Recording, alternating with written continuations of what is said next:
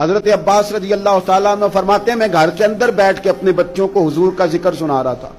حضور کہیں باہر سے گزرے تو میرے نصیب جاگ گئے. حضور نے سنا تو دروازے پہ کھڑے ہو گئے. بات ختم ہوئی, دروازے پہ دستک ہوئی, دروازہ جو کھولا تو حیران رہ گیا, اللہ کی ساری رحمتیں تو میرے دروازے پر موجود ہیں.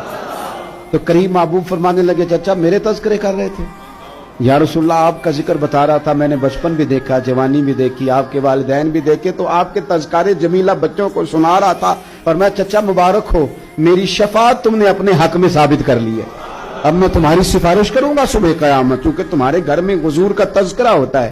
خوب نعتیں پڑھیں حضور کی, خوب. آپ نعت کا ذوق بنا لیں گے تو زبان پہ جاری بھی ہو جائے گی. آپ ذوق بنا لیں, نعمتیں بانٹتا جی سمت وہ ذیشان گیا, تو ساتھ ہی منشی رحمت کا قلم دان گیا. انہیں جانا انہیں مانا, نہ رکھا غیر سے کام, للہ الحمد میں دنیا سے مسلمان گیا.